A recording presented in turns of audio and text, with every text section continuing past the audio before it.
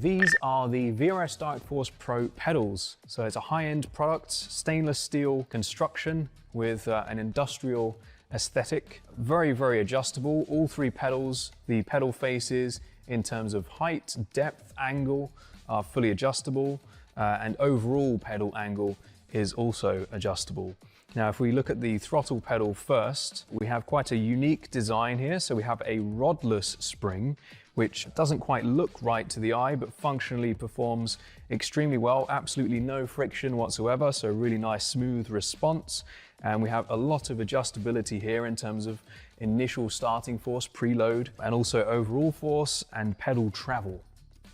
So if we move on to the brake, we have similar levels of adjustability, a very high-end, heavy-duty construction. We have the blue spring on here at the moment, which tolerates a 65 kilogram maximum force. Also supplied is the optional red spring, which doubles that to 130 kilograms. These are linear springs, which is not normally how a real-life brake pedal feels. So we have this very clever mechanism on the back here, which basically turns that into a progressive, more realistic feeling, which gives you quite a decent bit of travel for low-level trail braking, and then more of a ramp up when you're really braking much harder.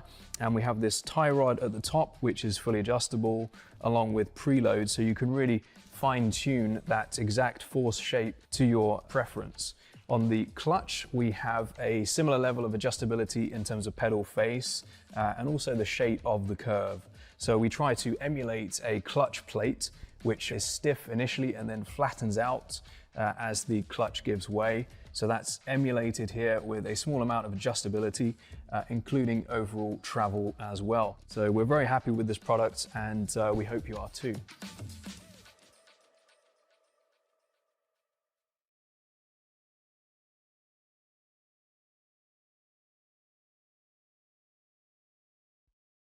Racing isn't easy, but experiencing it is.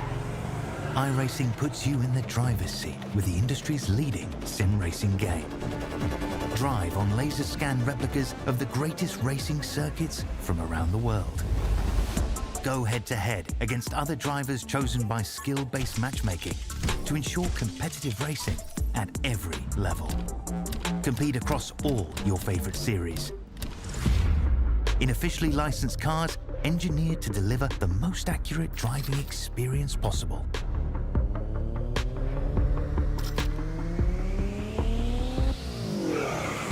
Join a race or host your own with players from across the globe.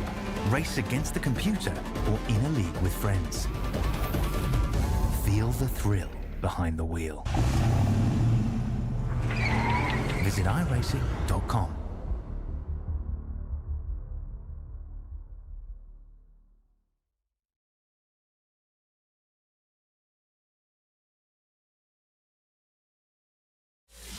If you're looking to get serious in sim racing, one of the first things to do is upgrade your wheelbase and pedals. The powerful force feedback in our direct drive wheelbase makes a huge difference, and our highly adjustable precision pedals will give you the consistency you need to improve. So you'll not only get the best value for your money, but you'll also benefit from our quick, local shipping from Australia and save even more. Our transparent pricing has GST included, so there's no nasty surprises at checkout or further customs delays and charges. And if you're near Melbourne, you can simply pick up your hardware from our showroom and get a free product walkthrough from one of our VRS coaches. We offer excellent customer service after the sale, and our hardware is made of the highest quality components. To get yours today, just go to the URL on the screen or click on the button below. But hurry, stock is always limited due to high demand. So if you want to get faster, sooner, VRS is your answer.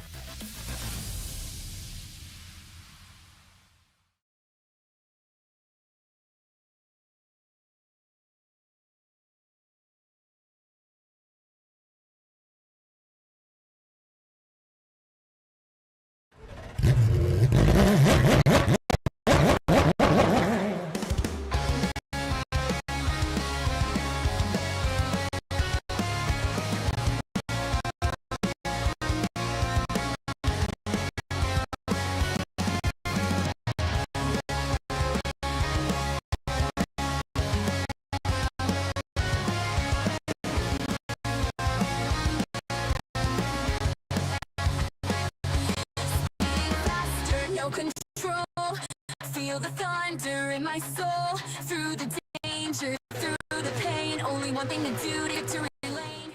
Taking full scent, and in the end, be the stits taking over, cannot contain the desire gets in vain.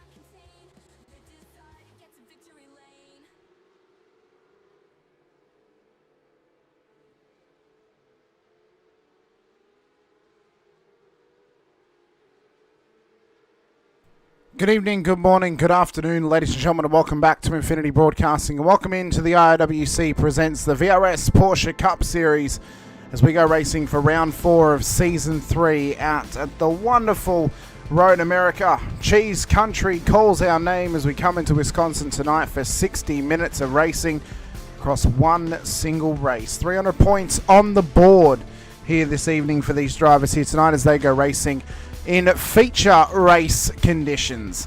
It's going to be such an exciting one to come your way, and I'm so looking forward to it. We come into tonight after a chaotic and very weird Chicago round last week where race 1 ended under safety car, and race 2, well, it was an epic finish towards the end, which saw an sort of unknown rise to success for Brady Stanley.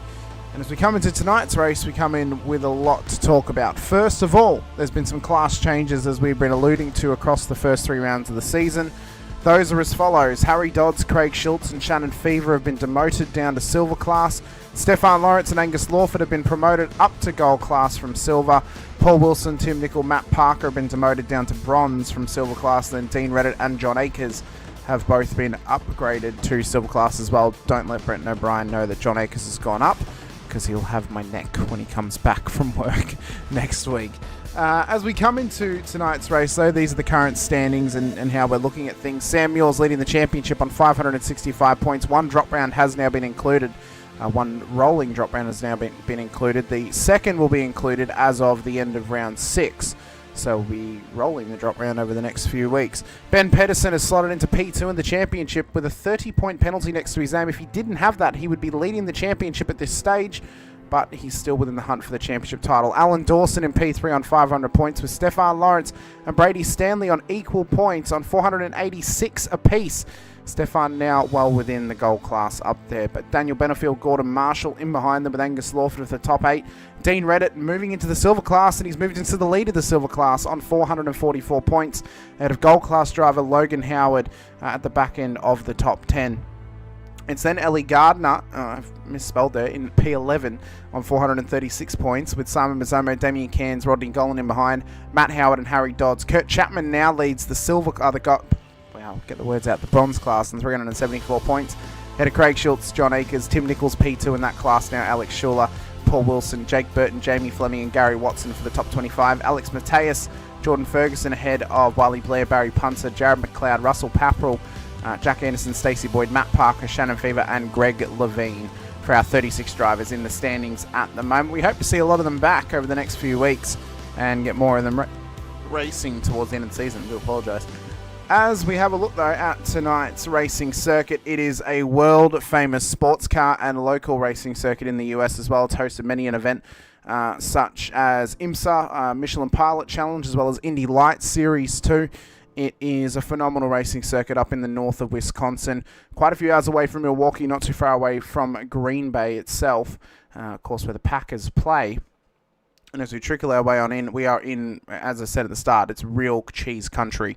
We're in the forests, we're in the plains, we're into a spot in which it's a circuit that is deceivingly long, it's deceivingly difficult as well. It's longer than Bathurst, in fact, 6.4 Ks or 4 miles exactly. It's 14 turns.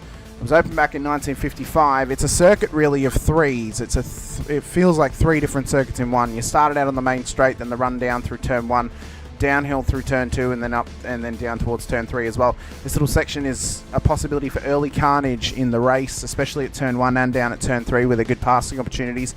Come out of there, then throughout the moraine sweep through turn 4 and down towards the hard breakings down to the bottom of the hill at turn 5. We've seen a lot of drivers try and shove it up the inside down here in the past and have been caught out with some really, really bad issues across a multitude of series that we've called here on the channel, including the Racecraft Simulations V8 Veterans and other series as well. It's a hot spot for incidents. It's one where drivers need to be cautious if they're going to go for the move. It's a spot where we could see an early safety car get called. Then the run up the hill to the blind turn 6. Got to be careful on exit of turn 5 that you don't get caught up with cars alongside you, because that can cause incidents up at turn 6 where drivers can get really put into a mess. Then it's the run round hurry downs at turn 7 towards the hard braking zone at turn 8. Very similarly to turn 5. This is a section which is a hot spot for moves, but it's also a hot spot for mistakes as well.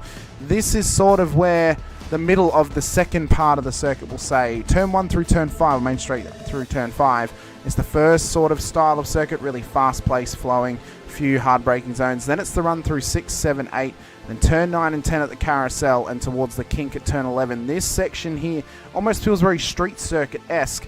Less elevation. The only real big portion of elevation through here is the downhill run down towards turn 8. Other than that, it's relatively flat. But the fast run through the carousel and the fast run through the kink, as they come through turn 11, drivers are going to be careful about running it too wide because they can end up in the wall. They can also end up spinning the car around too. This is another hot spot for incidents. Then we come into the third style of circuit tonight, through Kettle Bottoms, through the forest, up towards Canada Corner at turn 12 and Thunder Valley straight afterwards.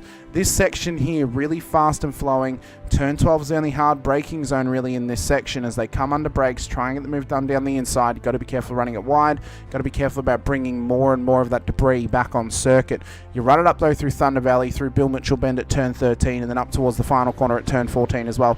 This last section, we see less incidents starting to occur, but the incidents that do occur all happen at turn 12. You hardly ever see them at 13 or 14. You can see some drivers getting loose off the exit of turn 14 and ending up in the wall on the right-hand side, but drivers will have to be quite careful. That the pit lane tonight, they'll have to be a little bit cautious too as they run up into pit lane, but as they come out right into the line of traffic. Luckily, they're not right on the racing line tonight, so that shouldn't be so bad. It's a fast-paced circuit. It's a long lap, though, over 2 minutes long, in fact, being that it is 6.4 Ks. It's a classic racing circuit. When you think of old racing sims or racing games, one of the first tracks you think of is Road America, so we're going to have a lot of fun going racing here this evening once again. Cars are out there at the moment as they get prepped and ready for qualifying. We're already about 3 minutes into it, and there's yet to be a lap time set. Drivers are only just now on their fast laps at the moment. Sam Muir, championship leader, defending champion as well. Can he do this season what Simon Mazzomo could not do last season and go back to back? Win a championship and then another championship. Do what the Brisbane Lions did in 2024 and 2025 and try and go back to back. Last season, well, he did it as a privateer. This season, he looks to do it as a part of 9.5 Sim Sports. It would easily make them the most successful team in the series. It would be 2 championships if he were to win it. And it would make him the most successful driver with 2 championships as well. So there's opportunity there for Sam to do it this season. But Ben Pedersen has got some claims at that. He was very dominant out at Laguna Seca in round 1. Took the full 300 points on that day. And he has an opportunity to do the same thing here tonight for the first time that we're back in 60-minute racing conditions since round 1. Muir, though, has been cautious, conservative, yet really, really consistent. He hasn't been pushing the car too hard the last few weeks. Last week out at Chicago was probably the first time we've seen him be really, really aggressive. And I'll be looking forward to seeing how aggressive he is tonight and how that's going to ramp up as the momentum swing happens throughout this season, whether it goes towards Ben or if it goes towards Sam or if it goes towards somebody else like a Stefan Lawrence and Alan Dawson type, one of those drivers. So it'll be quite interesting to see how it happens. First lap times coming in though as they cross the line. Sam Muir goes to the top, 2:10.02. Wilson's done a 2:10.06. Schultz into the 9, so it's actually a slower lap time from Muir. Mazzomo provisional pole with a 2:09.19 that time by. Ellie Gardner with a 2:09.01. What is Ben Pedersen going to do when he crosses the line? Because this could be a very, very quick lap. Up and under the TireRack.com line. Well, he was barely any a good lap. Must have only been an out lap for him. He'll have to settle in and go once again. Logan Howard, a 2:08.64 for him. So he'll have a little bit of work to do here tonight. Try and get this car settled and ready. Ellie Gardner, she looks to have some good pace. She's had some up and down running this season. Good pace in the car, but really, really unlucky on the road. She'll be hoping to try and improve as she goes along. Same thing can be said for Gary Watson as well, further back in the field and further back in the bronze class. He has opportunity to get better this season. He's just got to try and get some seat time, and he will improve as time goes on. Mazzomo, well, what can he do tonight? His teammate hasn't managed to put a solid lap time in his first attempt, but he has got some opportunity to do some work here and get the time in if he wishes to.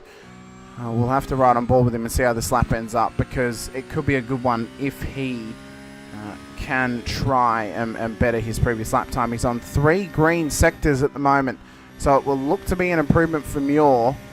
I suppose we'll have a good chance to see where the time can be gained around here for him when he does end up coming across the line. It's another green sector, clear track ahead of him, so he's in prime condition right now to set a very fast lap. He's got to gain over 1.5 seconds if he hopes to get into pole position at this stage of qualifying. But still, with just under 10 minutes to go, there's opportunity for him to get the job done if he needs to. May finish out the lap and then come in, get some new tyres and go again. But time will tell if he can pull this out. The championship leader and the leader of the gold class up the hill towards the start-finish line. We saw what he did last week when attacking cars ahead of him. How's he attacked this track tonight in qualifying? Across the line he comes. To the top he goes. 2:08.13. Gains nearly 2 seconds on his previous best. That's a cracking lap. Mazzomo does a 2:08.3 to go P2 behind his teammate. Has Pedersen found any sort of improvement on this lap? Looking at the sector times, they're all green. It looks to be a gain for Ben Pedersen in the 669 Riot car. Across the line he comes. Has the lap counted for him? I don't think it has. I think he's copped an off-track in Sector 6. And he'll have to go again. So Pedersen with work to do here tonight in qualifying. And you have to wonder if the pressure goes on enough and he fails to qualify. Well, even though it's 60 minutes and he's got plenty of time to go to the front, that's going to put a little nanovirus of doubt in his brain. Maybe make him think, oh, what am I going to do now? Maybe force his hand, maybe force him to be aggressive. And that could lead to incidents and that could lead to mistakes as well. So there may be some work to do for Pedersen, but he knows he's got pace. It's 2 green sectors in the first 2 already. So he will look to try and put this car straight to the top if he can across this lap. A couple of chats out there already. Rhiannon in the chat, you can be forgiven for tongue tears because I know you have mouth-watering pork cooking or tongue ties. Thank you so much, Rhiannon. And then Brendan Griffiths in the chat from Project 36. Hello to you, sir, as well. Great to have everyone out there watching along with us. If you are watching along with us, get into the chat tonight. Chat away with us. Let us know any drivers you want us to keep an eye on as well. Any stats we may be able to pull up for you or anything that we can talk about across the 60 minutes of racing that's going to be coming your way very, very shortly. Pedersen at the moment looks to be in very strong form across this lap. First 3 sectors all green. He's got to get this time down to a 2:08, pretty much 1 dead if he can. Sector 4 no better than his previous best. His previous best time was a 2:19.5, so he has got a banker on the board, but he's got to gain over 11 seconds to get this car to pole position. And that really is the aim for him. He knows he's good enough to get there. Oh no, Muir's done a 2:07.9, so all of a sudden it's over. It's nearly 12 seconds he's got to gain. As that there's Kurt Chapman off the road ahead of Pedersen. Luckily he didn't rejoin the track right in his way. 5.5 minutes to go in qualifying. Pedersen's going to cross the line. Will the time count for him as he comes through now? Ben Pedersen has not done it again. That middle sector, sector 4, he's gotten an off track. And is he maybe pushing that little bit too hard to find the lap time in this right car? He knows he's got pace. He's got to put, though, the 6 sectors together. Marshall up to P2 now, 2:08.223. That's a cracking lap for Gordon Marshall, but Ben Pedersen has crucially got work to do if he wants this car on pole position for tonight's race. Stefan Lawrence, first night out in the gold class, returning from Bathurst today, so he's back on track. Missed last week's race because of traversing up to the mountain this previous weekend. He currently has not got a time on the board, so we'll see what sort of lap time he can set for himself, but he has got some blinking issues out there at the moment. Hopefully it doesn't plague him too much. Gordon Marshall showing he's got good pace already. Once again, we know he's been fast all season. We know he has been a significant competitor across the piece. And he will be one to reckon with here this evening. Pedersen up and around the carousel now, though. Let's ride with him for the rest of this lap and see what sort of time can be put on the board for P2 in the championship. Right now, there are 21 cars between him and Sam Muir. This is where he got the off track before, through the kink. He's got to be careful he doesn't get one again. As he runs it through, what's the split going to be? Is it going to be green or is it going to be white? If it's white, it hasn't counted. It's purple! 34.4, fastest in the session for Pedersen. He's got the taps open on the Riot Sim Racing Porsche, and he is doing one hell of an effort right now to get this car up into pole position. He's got to find a 7-8 if he wants this car up there. It's 4 green sectors. It's a purple as well in sector 4. This is going to be good enough to get him to the top. Running up towards the start-finish line now. Surely, is it going to be pole position for Ben Pedersen or what? Crosses the line. It's pole. 2:07.7 from Pedersen. 2/10 separating him and Sam Muir. What a lap.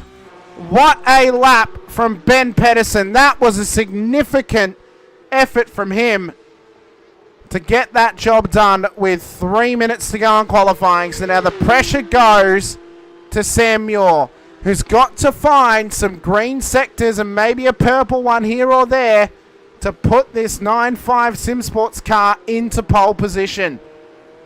Pedersen with an outstanding effort across that lap. Looked super smooth, hit every single mark he needed to, and finally got a green lap on the board. In fact, it wasn't just green, it was purple.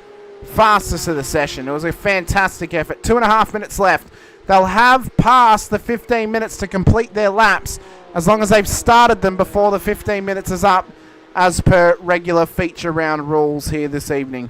Around 9 and 10 for the carousel comes Sam Muir. Can this car scream its way onto pole position? Can this car find some pace and get it onto pole position? He's got to find 0.2 of a second to put the number 1 car on the number 1 spot on the grid here this evening. 3 green sectors thus far. 1 white sector. Under 2 minutes left now in qualifying. He'll get one more lap in after this, and then it will be day done in terms of qualifying efforts. Around turn 14 comes Sam Muir. 4 greens, 1 white. Is it going to be enough to put him straight to the top of the totem pole as he rises to the top of the hill and crests the car? Can he find anything in his locker to put this thing into the top? He finishes out the lap. It's a 7:6.96 in a fantastic lap time from Sam Muir. Gets to pole by 8/1000ths of a second. 8/1000ths. I don't know if you understand how close that is. It is literally the length of the front splitter. And I don't mean the whole front bumper. I literally mean just the splitter itself on the bottom. That is uber close. To go 8/1000ths of a second in qualifying is ridiculous. Ben Pedersen is out of qualifying. He is not going to challenge for pole position here this evening. At best, he'll start P2. Benefield, though, we know has good pace. Can challenge them, but he's got to find 4.5 tenths to put this car onto the front row of the grid with his teammate, Sam Muir. Gordon Marshall has got to find 0.5 of a second, half a second, to get that car onto the front row of the grid. You might be thinking to yourself, Ben Pedersen's pretty clear right now. He's pretty clean. He's in a pretty good spot. Less than 10 seconds to go in qualifying. Daniel Benefield will finish out his qualification lap. Is it going to go to the front row of the grid, or is it going to be P3 for Benefield as he crosses the line and catches the checkered flag? It's a 7.9. Best he could do in the session. Marshall, Howard, Mazomo, Gardner all in pit lane, so he looks pretty safe at the moment. Akers can still challenge for silver class honours here in qualifying. He's right behind Ellie Gardner at the moment by about 1/10 I doubt he's going to find 0.8 of a second to challenge for pole position here tonight. That's just me personally. But maybe he is a secret aficionado of Road America, is John Akers. Right now as well, Kurt Chapman sits pole position for the bronze class. Alan Dawson goes up to P8 out of nowhere here tonight. Barry Punter will look to improve his time amongst the gold class as well. Rodney Golan at the back of the field at the moment in pit lane. There's been no reports of an infringement in qualifying for him, so he's just been unable to set a time here in quali. We've got 2 cameras tonight. Someone, though, has situated their camera the wrong way, so I'm going to have to ask them who's done their cameras to figure out who it is. I'm not 100% sure who that is who's done that camera there that's the wrong way around. I'm not 100% sure. That's okay, though. We have got Dodsey out there with his camera on, so we can help anyone else out there who may be having any struggles getting their cameras set up and getting themselves prepped for racing. Punter crosses the line. Can he go under the 10s? He can't. That's qualifying done and dusted for him. Benefield, he already finished out his lap, so he's just bringing this car back to pit lane. Craig Schultz, fresh into the silver class tonight, back in P15 in qualifying at the moment, so that'll be his qualifying done and dusted. So we'll look to get into the race proceedings momentarily. It'll be a 3-minute warm-up time for them, plus the 5-minute warm-up plus the 3-minute grid time. So is Dodsey's house clean? Let's double check. Let's double check, Brendan. Is Dodsey's house clean? Oh, it's pretty good. It's not too bad, actually. He's done well, has Mr. Dodds. So, you know, the living room / sim area is not looking too bad. So fair play to Dodsey. He has tidied it up. Oh, do we need to get the nanny back around? But no, Dodsey's room does look fairly neat and tidy out there, so it's good to see. Yeah, he knows he's on camera. Hello, Dodsey. So yeah, we'll see how he goes tonight. Fresh into the silver class is Harry Dodds as well, out of the gold class. You know, I mean, that'll put him in a little bit of a better position now to try and challenge for a championship, I would say. He's getting used to the car. He's, you know, obviously been in the supercars a lot longer. So having to learn the Porsche Cup again and get comfortable in it, that'll take him some time. So he hasn't gotten to 4K rating racing in the Porsche Cup. He's gotten there from showing his skill in supercars and possibly GTs as well. So there's a little bit of a learning curve for him here in the Porsche Cups. But that's why this league is so good. We are breeding. It's clean as a whistle, according to Dodsey. Oh well, that's very good, Dodsey. Race time, though. Gridding action about to begin, so no warm-up tonight. I was wrong. We're straight to grid. 3-minute grid time for these drivers. Sam Muir will start pole position ahead of Ben Pedersen in P2. Daniel Benefield, Gordon Marshall on the second row of the grid. Logan Howard and Simon Mazzomo for our top 6 ahead of Ellie Gardner and Alan Dawson. Gardner will start pole for the silver class here this evening. John Akers, Dean Reddit, the freshly upgraded silver class drivers, starting inside of the top 10. You can't argue with that reclassification when you see the qualifying results. Brady Stanley, Angus Lawford for our top 12, with Jared McLeod and Kurt Chapman in behind them. Craig Schultz, Damien Cairns starting ahead of Harry Dodds, Matt Howard for the top 18. Paul Wilson, Jake Burton the top 20, with Alex Schuler, Stefan Lawrence, Jamie Fleming and Barry Punter the top 24.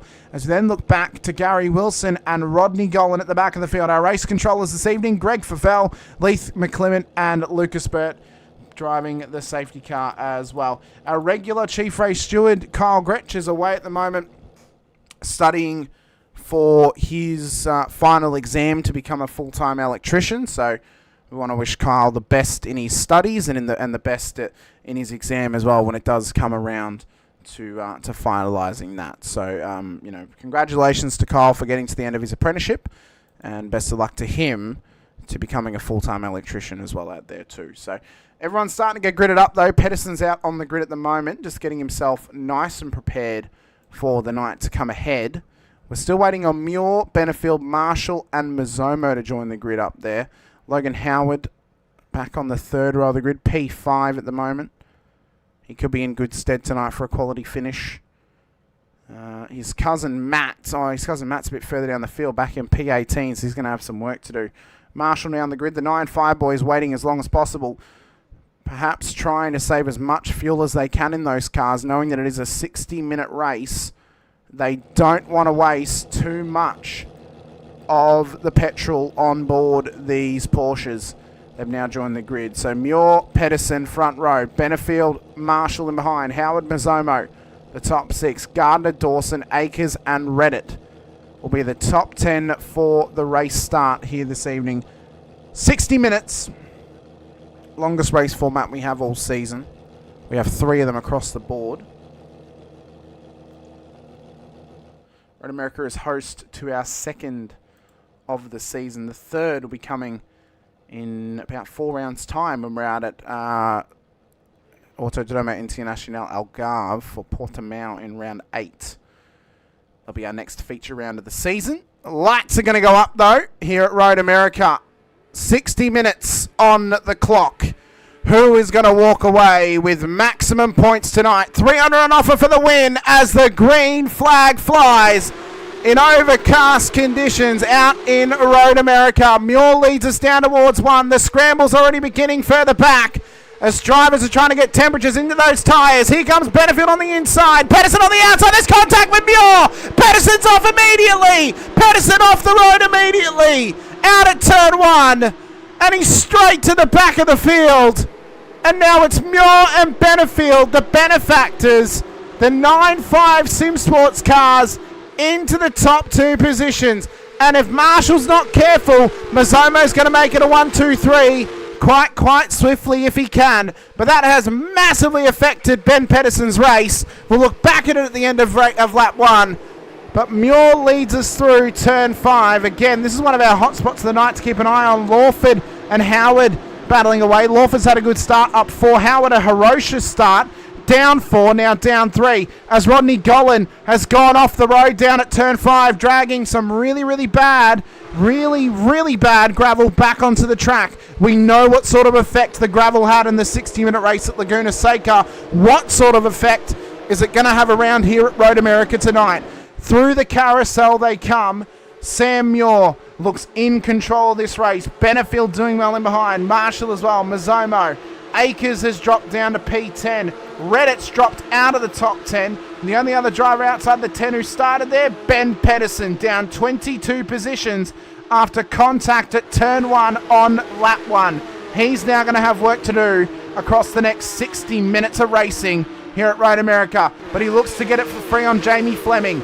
Down the forest they come towards Canada Corner. He's already passed him. And he now lines up behind his teammate Barry Punter and Stefan Lawrence. And he may look to try and drag them forward with him if he can. Could be a couple of free spots for him if he can find the opportunity to get past them nice and simply. But lap 1 about to come to an end. Take a breath. 6.4 Ks or 4 miles to the debt is done and dusted. So we've still got 58 minutes to go.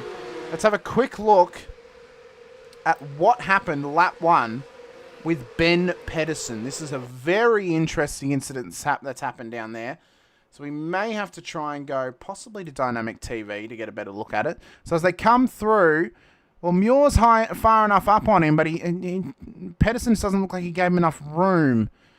Unsure about that one. We'll see what RC say about it. Greg is a very experienced race controller.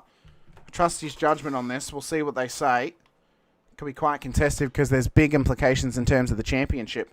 And then this was Rodney Gollan down at turn 5. So he's at the back of this little train of cars. Looks to go down the inside and just completely misses his braking marker and runs it about 2 suburbs wide down at turn 5. So the brake pedal not working there for Rodney Gollan. Maybe a bit of work to do for him. It also has just seen Alex Schuler and Alan Dawson go off the road as well. Oh, it's a big lock up into that corner. I think that might have been Dawson making contact with him, quite possibly. No, it was Stefan Lawrence. Stefan Lawrence has just absolutely served Schuler into turn 1 and sent him round. So that could be a drive-through or possibly a points or time penalty coming the way of Stefan Lawrence. So it's been a very eventful first few laps already. In fact, there was this moment here with Brady Stanley and Angus Lawford that we nearly missed. Let's have a look at this. This is down towards turn 8. Tightening corner. Side by side. Contacts made. And off the road they both go. So it's gotten a bit hairy tonight already at the start. Maybe they took into account what happened at Bathurst and decided we could recreate this at Road America tomorrow. There is a bit of room to be done here for some drivers. NFA has been called on the Samuel Ben Pedersen incident because Pedersen hasn't left enough room through turn 1, so that's the decision of the race controllers. That's our current standings after 2 laps of this race. It's Muir to Benefield to Marshall on the podium at the moment. Mazzomo P4. Gardner leads the silver class in P5 ahead of Howard, Akers and Reddit. Chapman leads the bronzes in P9 with Harry Dodds in P10 at the moment. Fastest lap of the race though from Gordon Marshall, 208.470 in a fantastic effort that last time by. He's got those tyres up to temp and he's got himself into flow state it seems. Gary Watson with a slowdown at the moment. He'll have to reprieve and pull back from Rodney Gollan and then settles back into proceedings once again. But there's some close battles out there, including the long train being led by Logan Howard. He's got Ellie Gardner hot on his heels. Ellie will be looking for a move here down the inside at turn 5. She's already there, and under brakes they go. Can Ellie get the job done? She's gotten it done before even getting to the corner. And a fantastic effort from Ellie Gardner. Hats off to Ellie. That's a good move. Confident move as well. Remains in P5 in this race. Akers, though, will look to put pressure. So will Reddit. Both the new silver drivers from Riot Sim Racing. Kurt Chapman in behind them. Harry Dodds as well. Doddsy just running a little bit wide back there, so maybe a bit of work to do for him. Settle this car in and keep himself cool, calm and collected. He battles away with Craig Schultz. Of course, both these guys have something in common. They came down from the golds to the silvers. But they still continue to battle in the same class as each other. As Ellie Gardner has gone off ahead. She's remained, though, in the race. Hasn't gone into the wall. It was a minor off track, but it's a loss of position to Logan Howard, who's now gotten past her. Doddsy, though, looks really comfortable in this car. Really, really smooth on that Camus wheelbase. He'll just be waiting for the chance. Look at the downshifts. Really, really clean. Really smooth like butter. As he looks to continue to apply this pressure here to Craig Schultz. Just a confident driver is Dodds. He's got a 4K I rating for a reason. Well, it's just under 4K now. He's lost a bit in the past week, it seems. As the camera's lost focus, but Doddsy hasn't. He's still keeping his focus here as he comes up the main straight. So we'll see if he can get this move done down into turn 1. If he can't, then you'll have to find another way around. Craig Schultz ahead of him.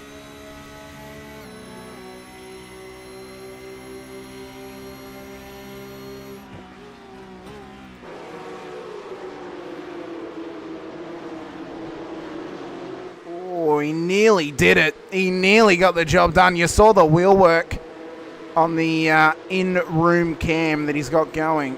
He had to try and save the rear end coming around, and he'll re-situate himself, re-center for another attack at a future moment. There's a really hot battle that's coming about for us between them. It's looking good. Gardner, well, she wants to move further up the road as well onto Logan Howard. She'd love to get back into the top 5.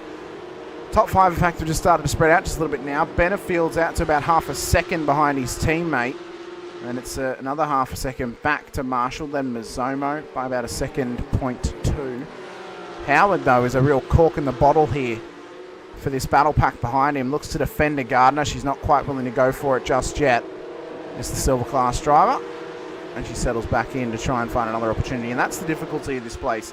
If you can't really maximise your run out of corners and kind of set yourself up a corner ahead, it makes it really, really difficult to go for moves.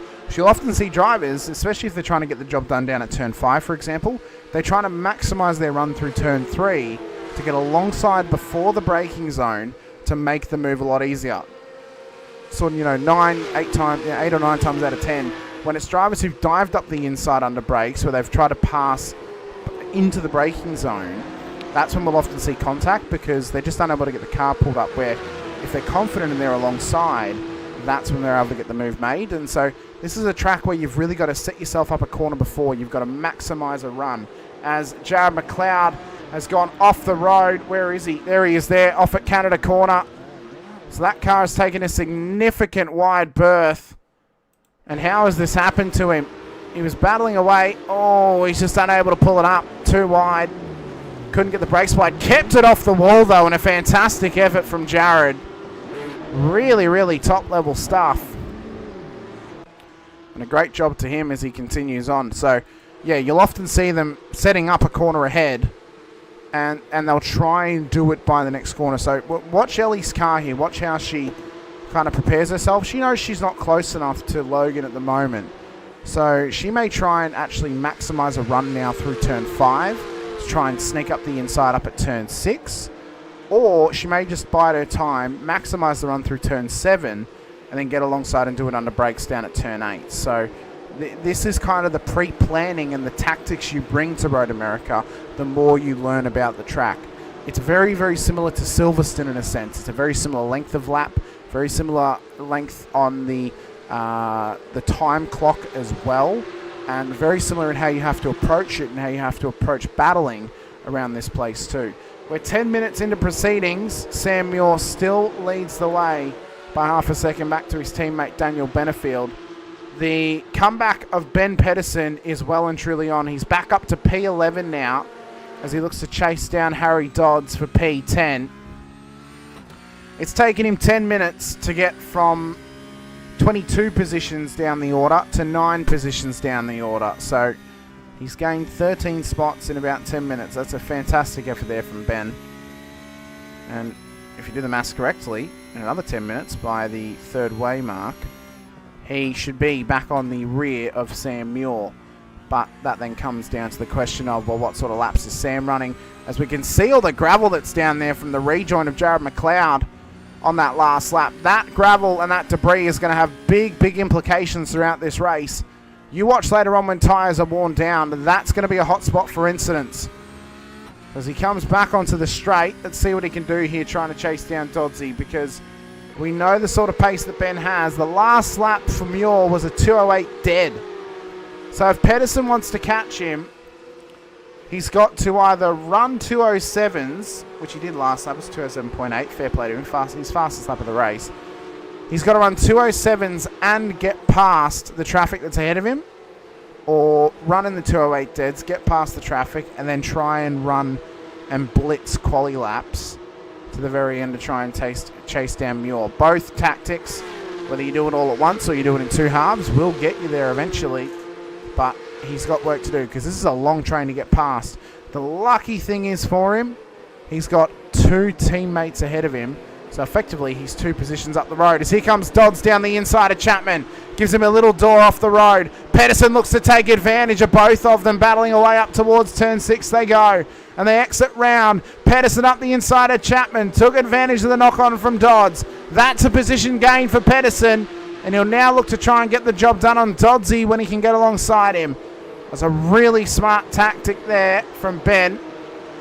I don't know if it's going to get called in for Dodds knocking Kurt off the circuit, though. In my mind, it's, play on, just keep going. He hasn't ended up off the road and out of the race. He's just been knocked back a few pegs.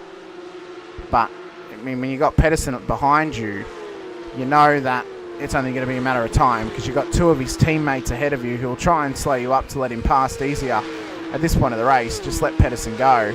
And if the other 2 slow down to let him go by, well, you just sneak on past them. That should be the tactic here from Doddsy if he can get this job done. Running it round through the kink and down towards, Canada Corner and up through Thunder Valley. Through turn 13 they come. So Pedersen is on the charge. He's on the charge to try and get this car back up into the top 5. 2:07.9 the last lap from Benefield. 2:08.3 from Muir. What's this time going to be for Pedersen? Remembering he was held up a little bit from the move on Chapman. It's a 2:08.2, so he's still outlapped the race leader. So he is catching the race leader at the moment, but he doesn't want to be held up by Doddsy for too long, because that will start to get annoying.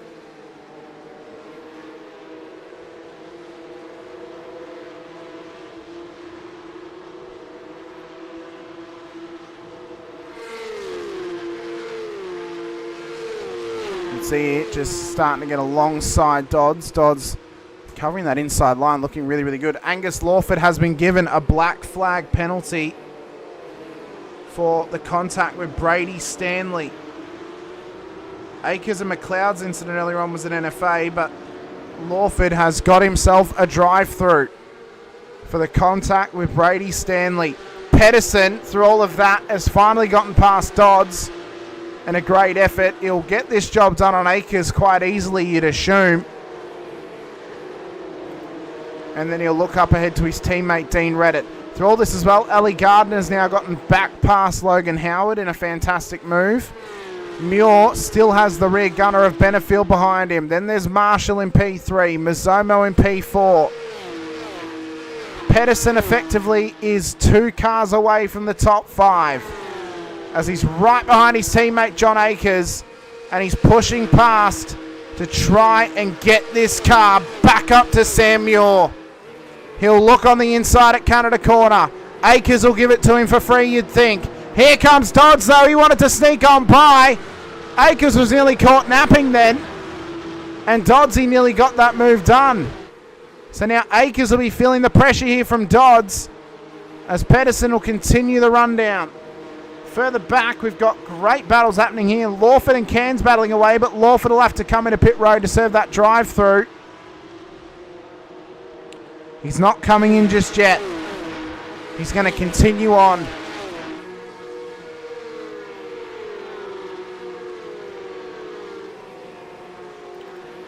This has been a fantastic race already. We're only 15 minutes into it. There's been such good battling along the piece. I have to argue this has probably been, at this point, one of our best races of the season. It's been fantastic viewing thus far. Further back, we've got Jamie Fleming battling away here with Rodney Golan as well. They've got Jake Burton just up ahead of them. So Jamie's got a little bit of work to do here to come back into this position. Up the field, we've got Doddsy and Akers side by side into turn 5. Chapman wants to move on them as well. Chapo up the inside of Dodds. Dodds has been done here. He tried to get the job done on Akers.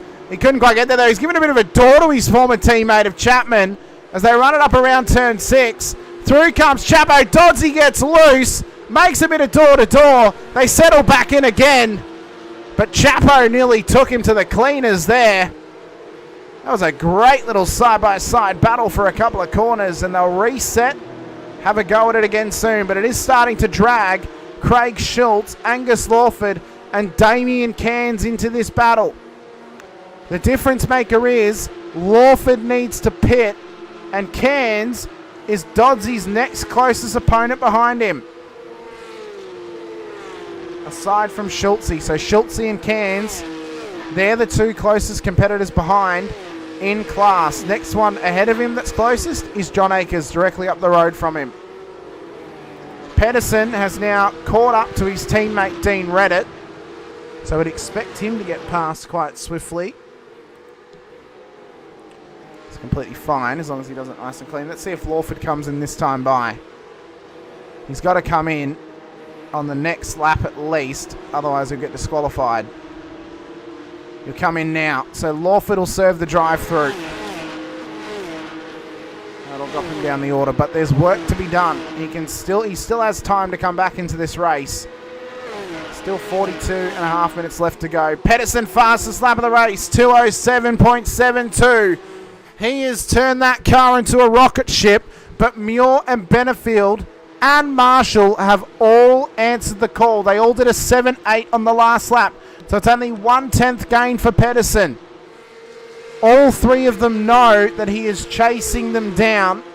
Next car on his list is Logan Howard.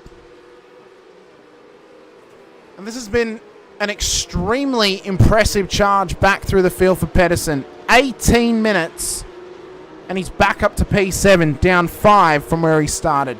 This is a fantastic job from Ben. Really, really good to see, but will we expect anything less?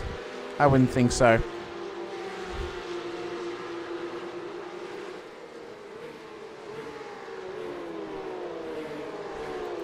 So back here, Jamie Fleming just battling away still with Golan and Burton ahead of him. Doing a ripper job right now are these boys in a fantastic battle.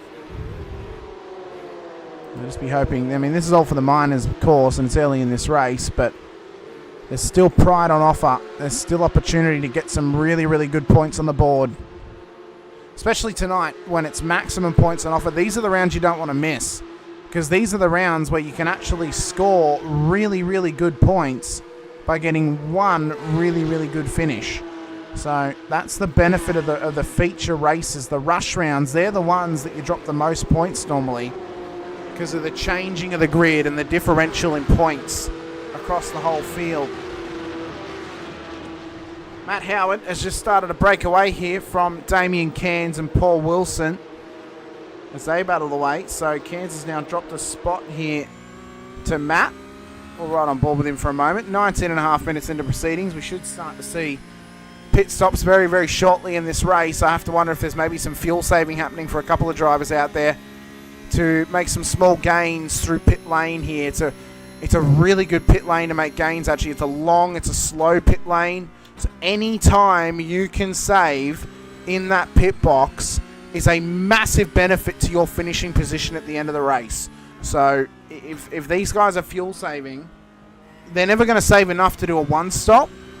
But if they can save enough to maybe take away, 5 to 10 seconds nearly across both stops, then they can really set themselves up for a nice, strong finish in this race. There's time to be gained everywhere, even in pit road. As Cairns enters towards turn 5, you see there, he just turned it on the brakes. The car didn't quite want to pull up and aim straight at apex. It was just that little bit off. It looked a little bit squirrely into there. It looks, it's kind of similar up through 6, but not so bad. Carries a little bit less speed into that corner, being that it's not downhill and it's not at the end of the straight. We'll see what it looks like down at turn 8, how this car turns in. That was better. That was a much better corner there from Cairns. Got it right on the apex, turned it at the right time, was really, really smooth.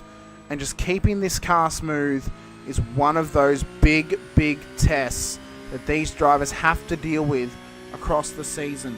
We speak about at times the rivalries that can start to form as Pedersen gets past Logan Howard.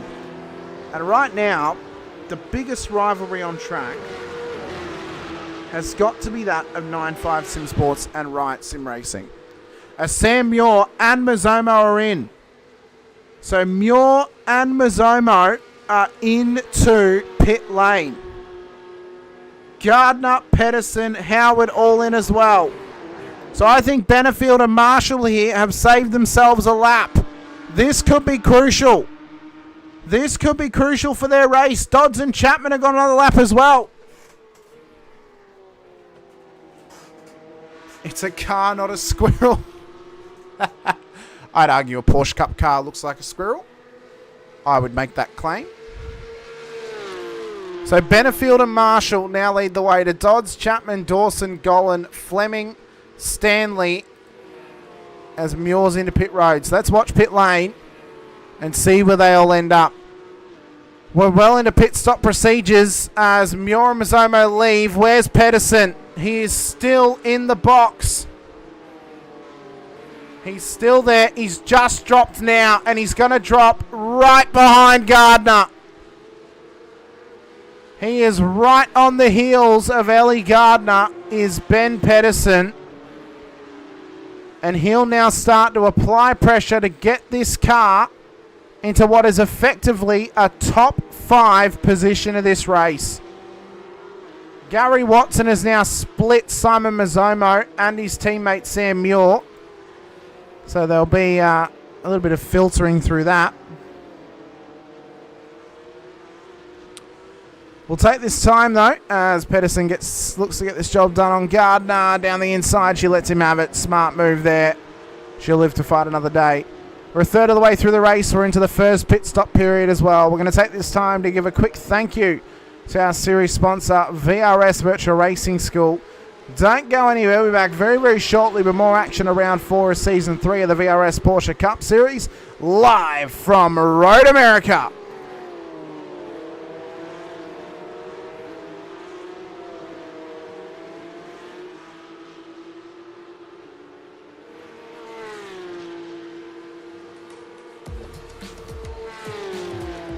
These are the VRS Dark Force Pro pedals. So it's a high-end product, stainless steel construction with an industrial aesthetic.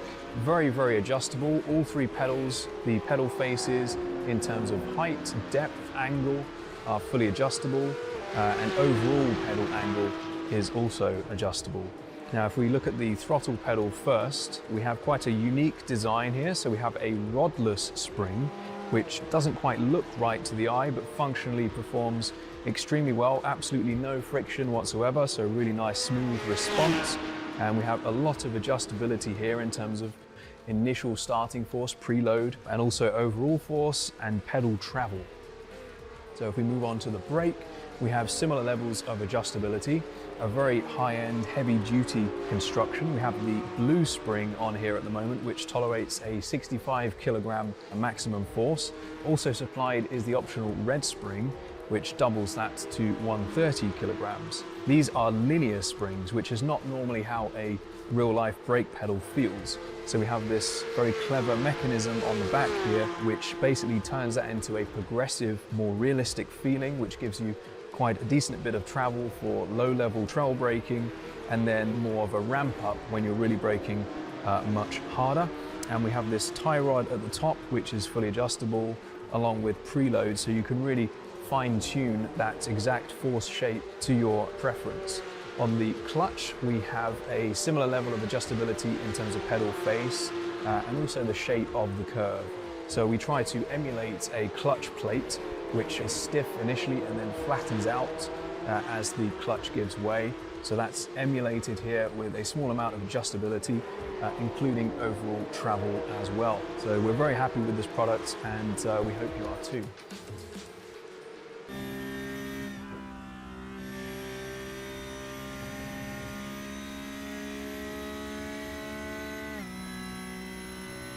Welcome back. Lap 12 of round 3 of season 4 of the VRS Porsche Cup Series. We are 26 minutes into this race. This man here, Sam Muir, for every racing lap, barring pit stops, has led the way thus far. There's been one lead change, and that was when he came into pit road, and Daniel Betterfield took the lead of this race. As we look at the weather at the moment, it's 18 degrees temp, so nice and cool conditions, 11 kilometers per hour of wind. It's overcast conditions at 88% humidity.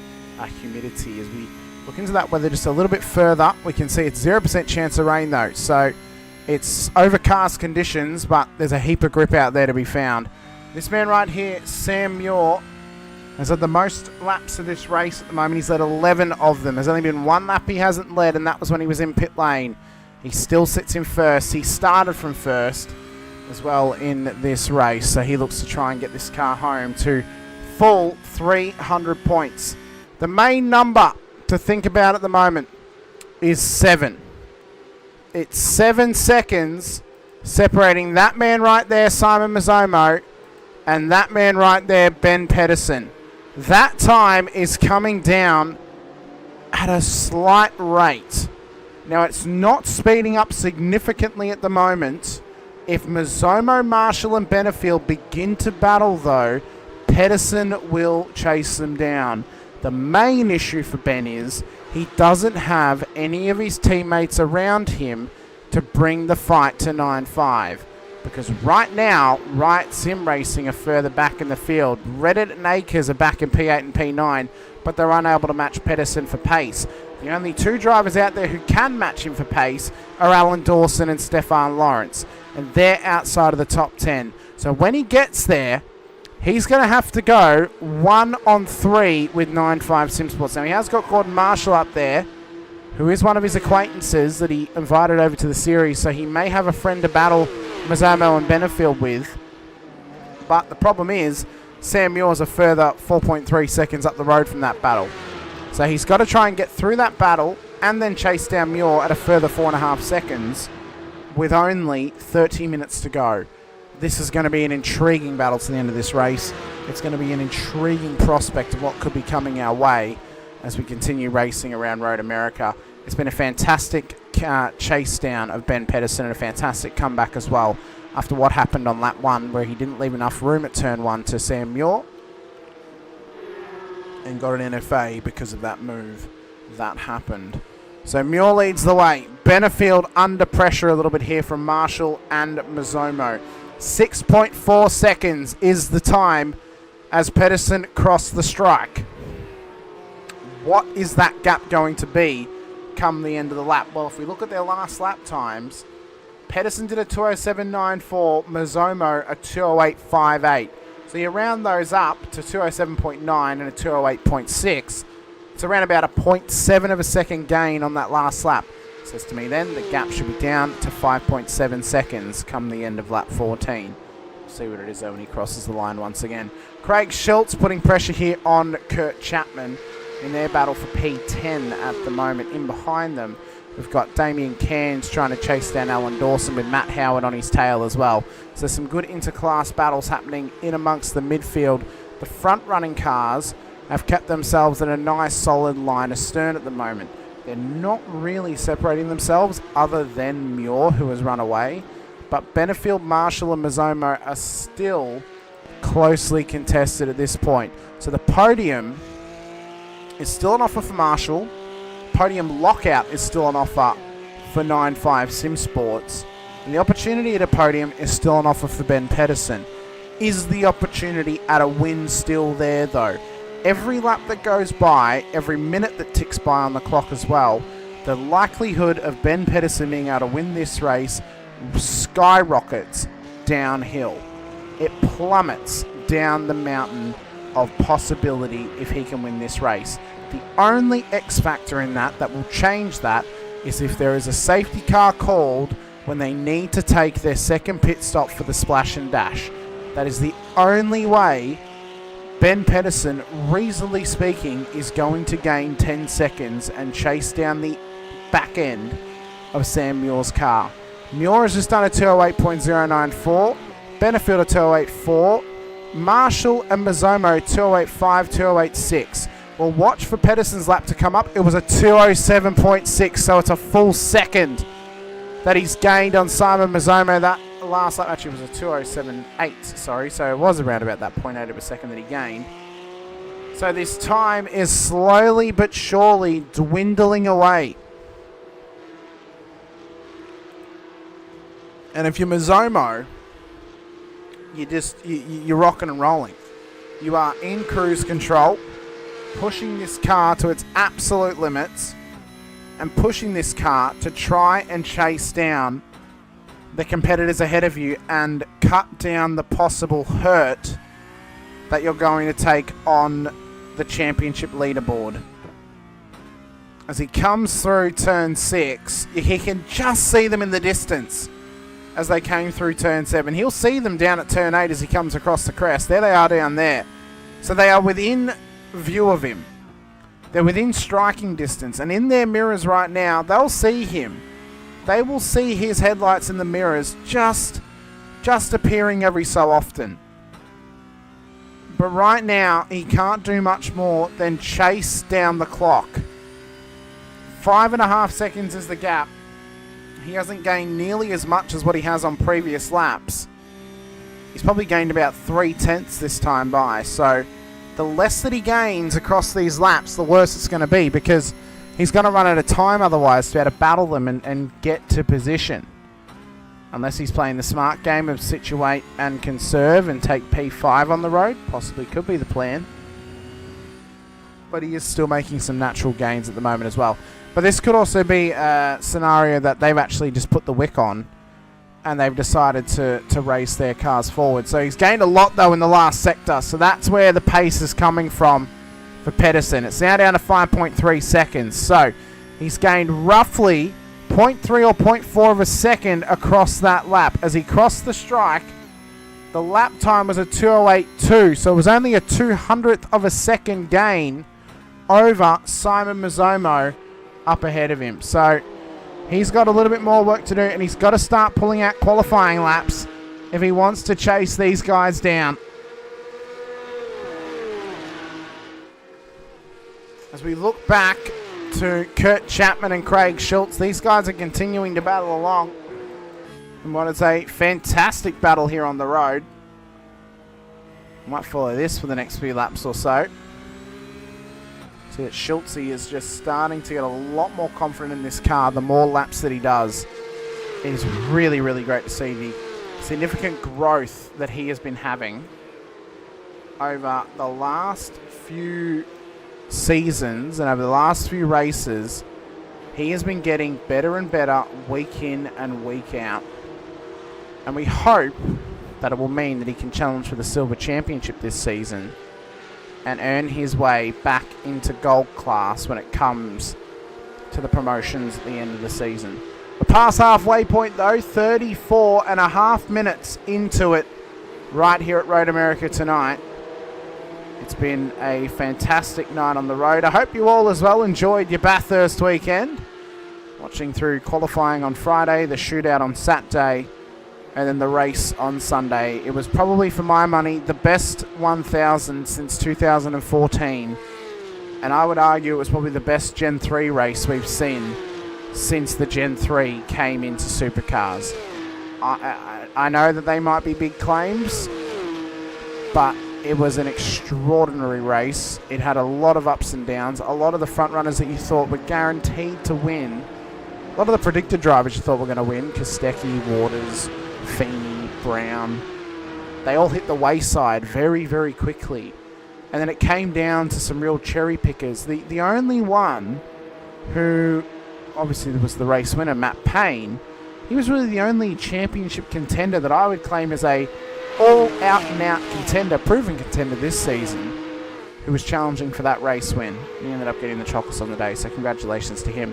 I wanted to see James Golding win. Unfortunately, he got himself a penalty on Cooper Murray, and that took him out of it. Also, big shout-out, though, to Job Stewart, who raced with us last season here in the VRS Porsche Cup Series. Drove a fantastic race yesterday. Very unlucky to not get onto the podium in his very first Bathurst when he drove that Erebus car with Cooper Murray. So congratulations to Job on his success and his first Supercars races these last two rounds out of the Bend and now Bathurst. And I think there'll be a lot of success for that young kid going forward. So congratulations to Job, and tough luck on not getting on the podium. As here comes Schultze down the inside of Kurt Chapman in towards turn 5. He's gotten that job done as the sun's beginning to settle here out at Road America. Got in the chat saying I did not watch it, I had work. Well, that's a shame for work. Should be a public holiday, should Bathurst Day. Everyone should be able to watch it if they have the opportunity. It's really like grand final. Give everyone the grand final off. That's my opinion. Have it be a public holiday on grand final day. 36 minutes into this race, and the gap is now down to 4.3 seconds for Ben Pedersen to chase down Simon Mazzomo. We've got 23 minutes left of this race. 23. That's an average to gain half a second every 2 laps for Ben Pedersen. And it gives him a couple laps to get past Mazzomo, Marshall and Benefield. They are well within his sights. Gap is now down to 4 seconds. So by the time they come into pit lane for the last stop of this race, I think Pedersen is going to be right on them, because that there is the fastest lap of the race at 2:07.47. 0.8 of a second. Oh, I've missed it actually. Mazzomo's been off the road. I was about to say the clock was dropping hard. Mazzomo has been off the road at turn 1. This is how it happened. He was forced to the outside by Marshall, and then he's just been doored off the road by Gordon Marshall. What was that? Now let's look at that again. That there was one of the weirdest cases of spatial awareness I think I've ever seen. Marshall's just come over on him. Mez has had nowhere to go in that moment, and he's just been doored off track. I have a feeling race control will be all over that one, and we'll see what they say about it. But that there has robbed us of what possibly could have been one of the best battles we've ever seen for P4 on the road. Because Ben Pedersen has got that move done for free, luckily for Ben. That gap's now down to 4 seconds up to Gordon Marshall. That was a ridiculous move, but it's racing and it happens. We could be in, though, for a tasty fight between Pedersen and Marshall because, you know, Marshall's not going to let him have it for free, I don't feel. Pedersen's going to have to earn it, and he's had to chase down a hell of a lot in this race to get back up to where he was.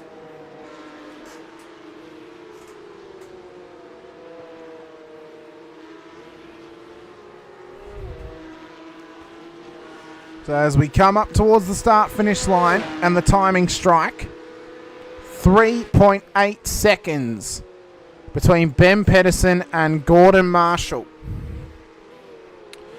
And in the chat saying it should not be a public holiday because it would then it would be busy, and it was pretty dead every Bathurst, and I'd like to say that way.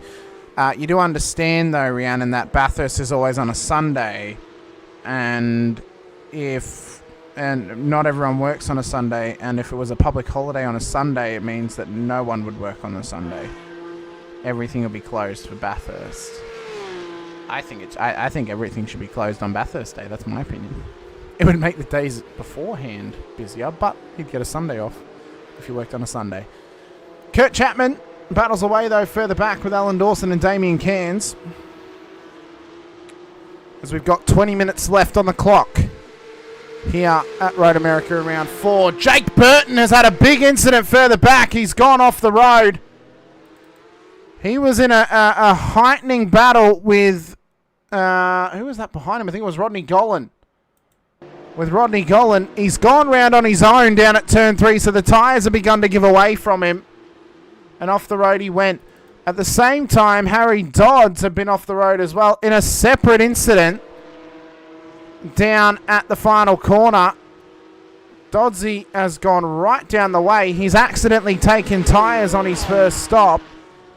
There's only a minor off track for him that time, but still, it's a big loss there for Doddsy to make the mistake of taking tyres. So the gap's now down to 3.2 seconds between Marshall and Pedersen. I've just been told it is a post-race points penalty coming the way of Gordon Marshall for the contact with Simon Mazzomo. I'm unsure how many points it will be, but it is a post-race penalty going the way of Gordon. So that means that the chase down is still on for Pedersen, and he's not going to get the position for free by way of a drive-through. 41.5 minutes done. Less than 19 minutes to go. Lap 20 here at Road America. There's Pedersen. 3.3 seconds. He can see Marshall and Benefield at turn 3. It's a further 5.2 seconds up from Benefield to Muir. So I'd say that catching Muir and getting the race win, barring a mistake from Sam, is going to be over and done with by this point of the race. Damien Cairns in pit lane for his final stop. So you get that car fueled up, and he'll then continue on to the checkered flag. Should only be a little splash and dash for Damien. Barry Punter's in as well. So a couple of cars coming through pit lane. That battle, though, with Dawson and Chapman and Schultz, that's really heating up now in this mid-pack. This is all for silver, gold, and bronze class honours. All three of them are in separate classes. They'll get scored on an overall level, but the ego boost to defeat a gold class driver if you're a silver class, or the ego boost to beat a silver class and a gold class driver in a one-on-one-on-one battle. Oh, that's intriguing. And that'll be looking tasty for Kurt Chapman.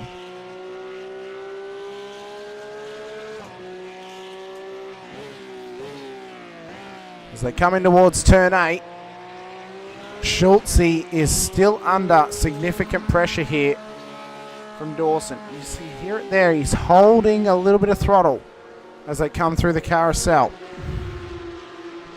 It's down to under 3 seconds between Pedersen and Marshall up the road.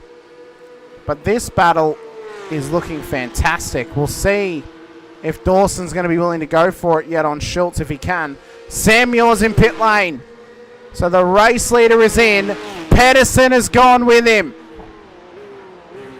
Pedersen has gone with the race leader. Mazzomo and Gardner are in as well.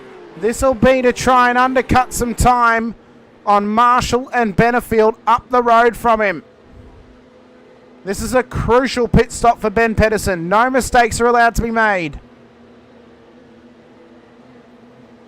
It's got to be just fuel, no tyres. Prep and rep yourself to the front of the field. That's what he's got to do.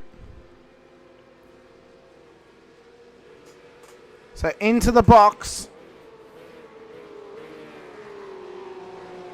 Muir exits. Watch it to be about a 5-second difference. Well, it has to be about an 8-second difference, sorry. He's actually lost time in that stop there to Pedersen. It's out to 9.2 seconds. He'll get out, though, ahead of McLeod. And he'll get out in clean air. So massive clean air stop there for Pedersen. Fantastic job from him. Marshall and Benefield now, though, the top two in the race. We'd expect them into pit lane this lap time by. And if they start to battle, watch for Pedersen to pounce. Watch for him to pounce on this move and on this opportunity to get past these two cars as they battle for P2 on the road. The best thing Pedersen can aim for in this race now is P2. He's 9 seconds off the effective race leader, Sam Muir, who's actually running it just a little bit wide back there. And he is coming up on a right sim racing car in Rodney Gollan. But he's got 9 seconds roughly up to Muir. I don't think he can chase down 9 seconds in 14 and a half minutes. That's just me personally. But he can easily chase down the 2.5 seconds that was Benefield and Marshall. They're going to go again. This will be the end of their tank cycle at the end of this lap. They both pitted on lap 11 of this race. They can go to lap 22. Craig Schultz, I believe, should be into pit lane this time by. Alan Dawson and Rodney Gollan will be able to go another lap, you would assume. So for Muir, he'll have to hope that he can get past Gollan and not get held up, because otherwise Pedersen's going to catch him fairly quickly over the next 2 minutes and 8 seconds as they traverse around this track. Schultz in. There goes Muir. Across the strike, there's Pedersen. So that gap is still out to a significant distance, 8.8 seconds, as Benefield and Marshall are separated by barely a whisper at the moment at the front of the field. So Benefield will be doing all he can to hold off Gordon Marshall, but he'll be keeping in the front of his mind that he won't want to battle Marshall, because that will cost him time to being able to defend against Ben Pedersen, as we've just said, who's trying to play this undercut strategy tonight. As they run around the carousel, this battle will look to be a fun one. It'll look to be one that we'll want to sink our teeth into. And it's one that's been building this whole race. Both of these guys are racing out of their skin to get this podium finish tonight. Ben Pedersen's been racing out of his skin to chase down the podium all night after beginning the race off the road at the exit of turn 1.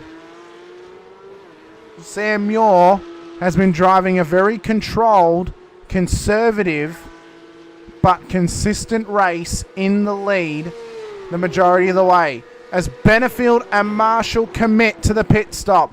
So now we've got to keep an eye on Pedersen, because Pedersen has got to be full push with clear track ahead if he hopes to get this car past both past both Marshall and Benefield in pit lane at the moment. He's got the fuel in the car to do it. He didn't take tyres, so it's still the old rubber on board. But he is pushing this thing to its absolute limits. Turn 14 now. He comes round. Dawson and Gollan are in. Muir will be released back into the race lead. Benefield and Marshall are exiting now. Pedersen is not close enough. He is at pace though, and the tyres are back up to temperature.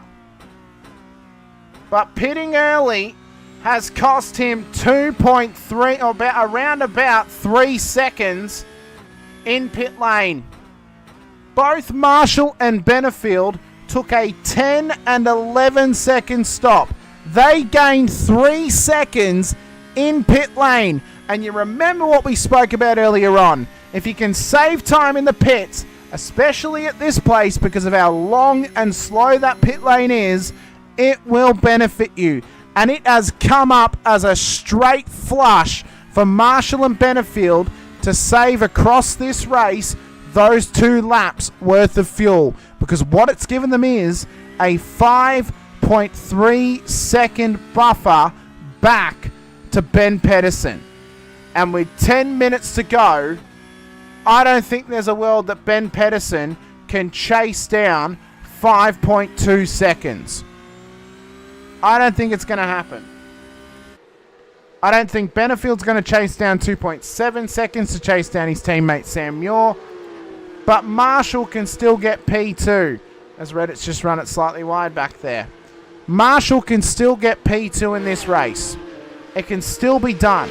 But how willing is he going to be to push this car to its absolute limits to get past Daniel Benefield? There is 9.5 minutes left in this race and a little bit of change. For Marshall to get this job done is going to take an extraordinary effort. It may take a little bit of planning, thinking ahead by a few corners, thinking, how can I use the traffic to my advantage? They're going to get past Gary Watson. I don't know if they're going to actually match or catch any more lap traffic in this race. So now it's crunch time for Gordon Marshall to get this job done. And if you're Benefield, you know that Marshall's got a points penalty. You know that he's not going to gain very much on you in this race if you give him the position. The big loss for Pedersen tonight is the difference in how many points are between P1 and P4 on the road. That is the massive difference in this race, because first place is worth 300 points. Fourth place is worth 260. He would have just given up 40 points in this race to Sam Muir in what is a massive loss on the time board, and putting him back around about 55 points on Sam after tonight's event. It's a big loss and a big strike to his championship hopes, but there is time to catch back up throughout the season. As Jared McLeod has gone at a minor off track at turn 1, he's still rolling though, which is good to see. To give the update on the classes at this stage, Paul Wilson is leading the bronze class at the moment in P15. Leading the silver class at the moment, it is Ellie Gardner, and leading the gold class, of course, is the race leader, Sam Muir. 7 minutes, 45 seconds to go, and Sam Muir is a race winner once again in VRS Porsche Cup Series action.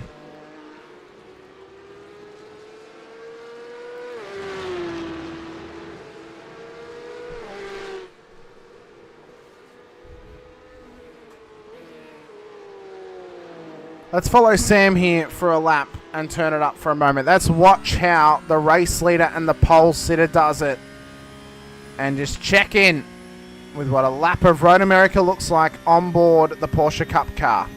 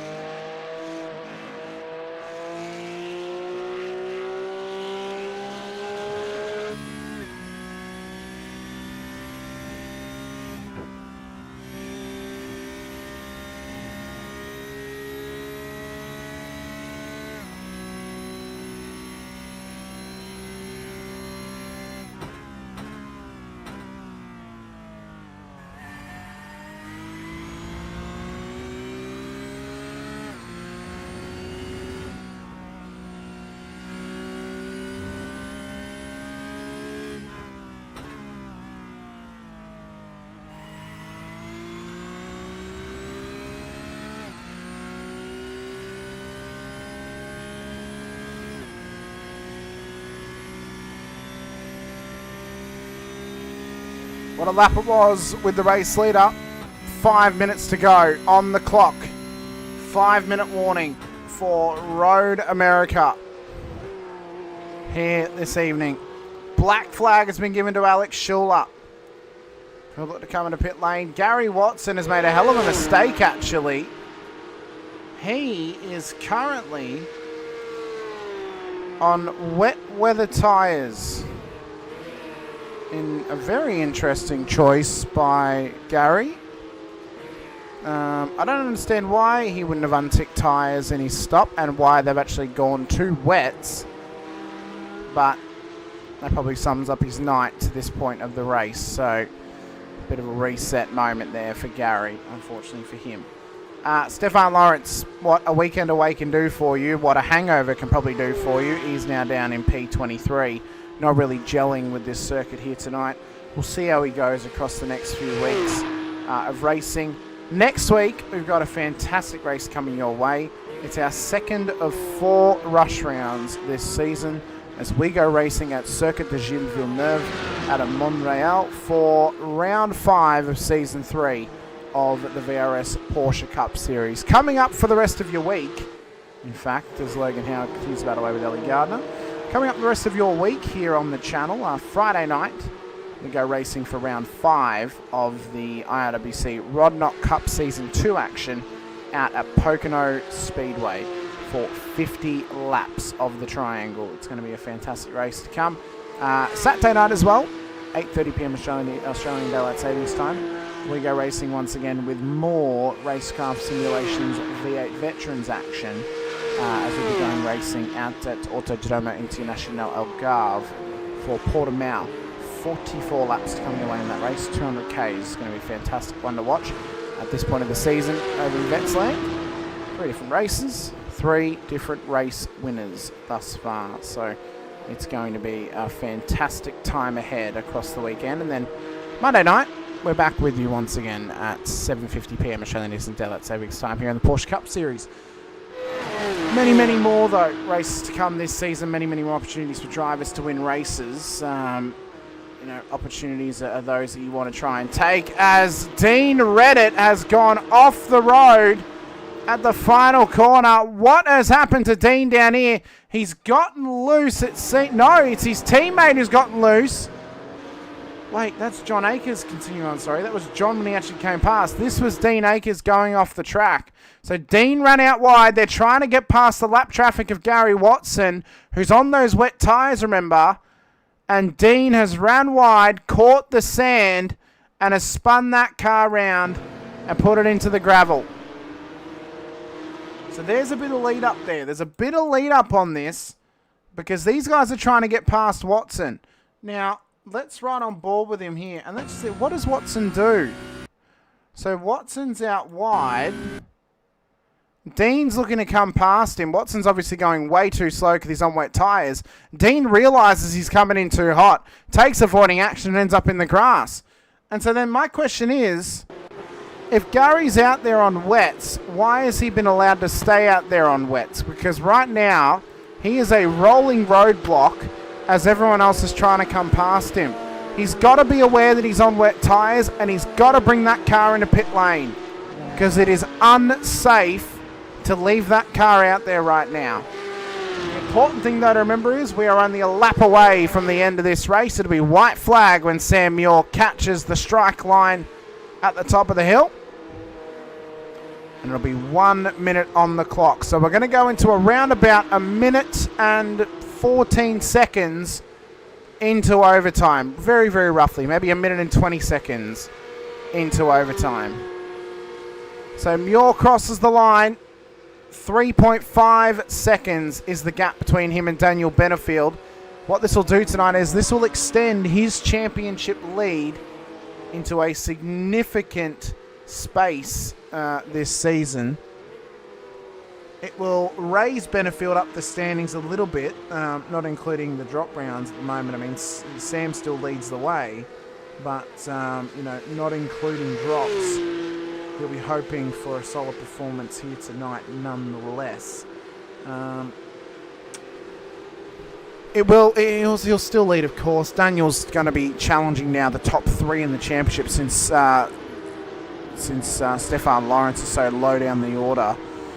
You'd have to argue he's relatively now used his 2 drop rounds already in the season with 6 rounds to go pretty much, or 7 rounds to go pretty much this season. So Stefan's now going to be on the back foot a little bit. For Pedersen, if this is his drop round this season, this is a hell of a drop round to take. P4 on the road in a feature round. I mean, that there would be significant. That would be very significant, especially with only one of these rounds to go this season, where you are guaranteed to get the 300 points if you win the race. With the other races and multiple races happening in the same night, you're never quite guaranteed to get 100 points. Oh, sorry, 300 points. But no, tonight this is the race, the one race, one of 3 of the season, where if you win, you're guaranteed 300 points. A few corners to go though for Sam Muir as he comes around Canada Corner and up through Thunder Valley. It's been a dominating performance tonight. Put the car on pole in what was a fantastic effort. And as he comes up and around towards the final corner, he will extend his championship lead. He will leave the US of A for at least 1 week. And he'll take a hell of a lot of points towards Circuit de Gilles Villeneuve next week. 300 on the board for Muir with a race win. Benefield makes it a 1-2 finish for 9-5 Sim Sports. And Gordon Marshall home in P3. Pedersen home in P4. Mazzomo will come home in P5. Howard in P6. Gardner's finishing the race in pit lane. She got a black flag. She's going to have to finish it in pit lane. Where is Akers? Akers is coming around the final corner. She's going to cross the line before she exits pit road. So John Akers is going to be the race winner in his first outing for the silver class. What a great effort from him. In bronze class, the honours look to go towards Paul Wilson in his first outing ever since going down 1 class level. What a race it was. Just messaging our race controller now.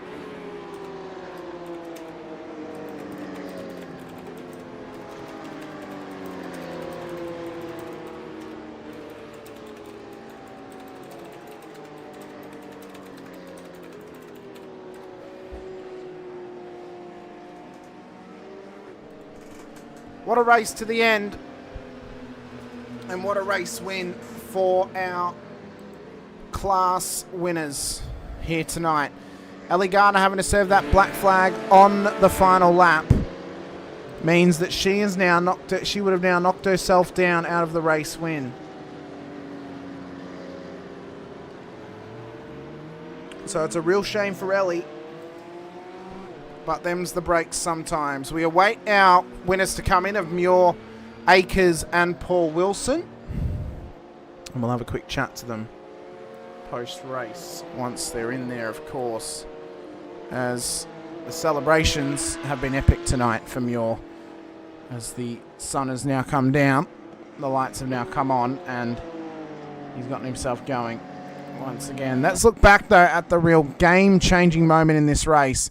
This was back on lap 1 between Muir and Pedersen. This is what put Pedersen down the order and gave him the chase down. Not leaving enough room at turn 1, knocking himself off of Muir's car and off the road into the sand trap. And that's what put him right down the order and arguably gifted Sam Muir the race win here tonight. But he had to keep his race clean. He had to keep his car on the road as well. And what was an epic outcome across the piece. Race results for you, though, up on your screen. In the bronze class, it was Paul Wilson beating out Kurt Chapman, Barry Punter, Gary Watson and Jamie Fleming for the top 5. Silver class honours gone to John Akers ahead of Craig Schultz, Rodney Golan on the podium, Damien Cairns, Dean Reddit, Jared McLeod, Ellie Gardner, Harry Dodds, Jake Burton, Alex Schuler.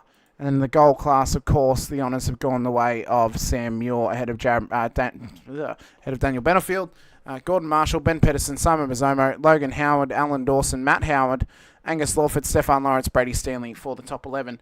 On the overall standings and how they're going to get scored here this evening, it was Sam Muir, Daniel Benefield, Gordon Marshall, Ben Pedersen, Simon Mazzomo, the top 5, Logan Howard, John Akers, Alan Dawson, Craig Schultz, Rodney Gold in the top 10. Matt Howard, Damien Cairns, Dean Reddit, Paul Wilson, Kurt Chapman, the top 15. Jared McLeod, Angus Lawford, Ellie Gardner, Barry Punter, and Harry Dodds for our top 20. So look back to Jake Burton, Stefan Lawrence, Alex Schuler, Gary Watson, Jamie Fleming, and Brady Stanley in the 26th position on the field here this evening. Oh, I've just realised what I need to do.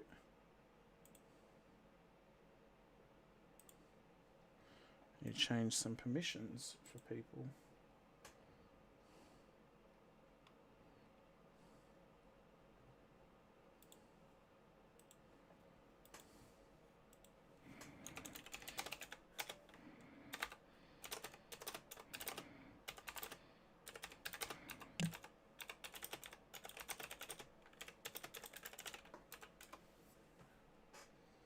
We've got John Akers in the green room. We'll have a quick chat to him as our Silver Class race winner here this evening.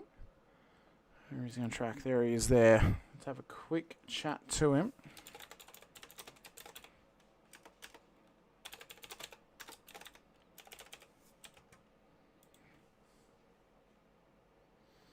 Oh, actually, no. You know what? We'll start with Paul because Paul won the bronze class. We'll start with him, actually. Sorry, John.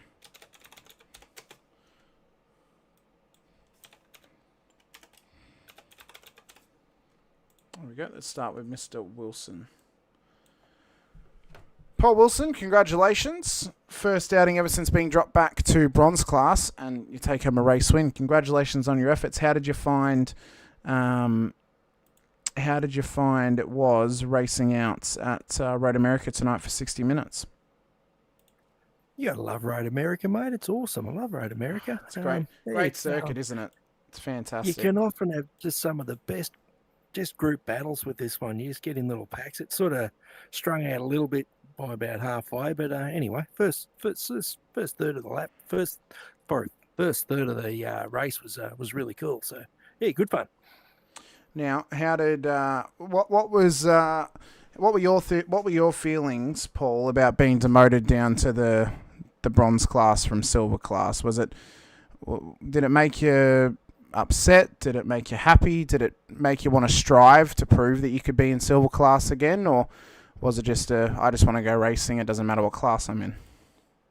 Oh, I was dark, mate.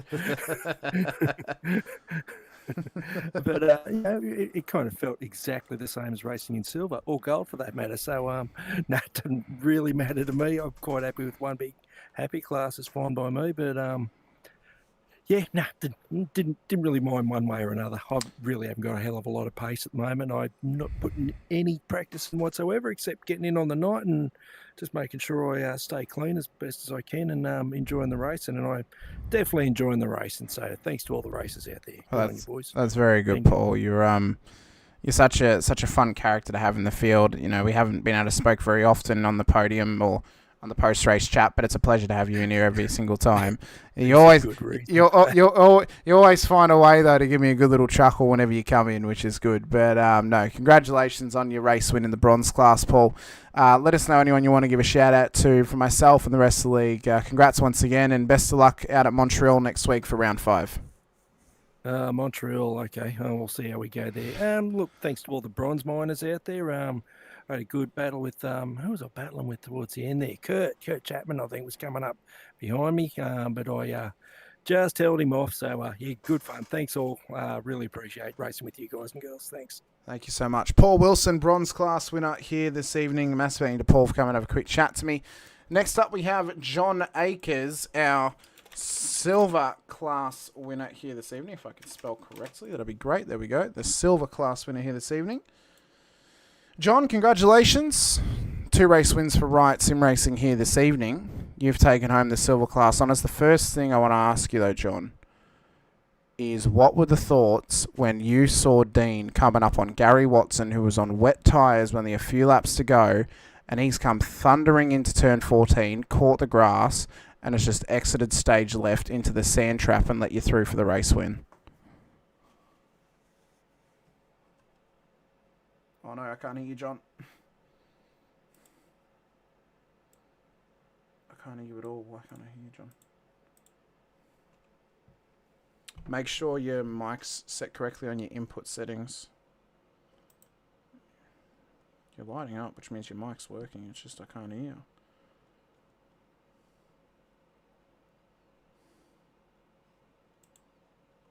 Alright, what I'll do, John, is I'll drag you back to the green room and I'll chat to you after Sam. I'll give you a moment to check your settings and make sure everything's all good.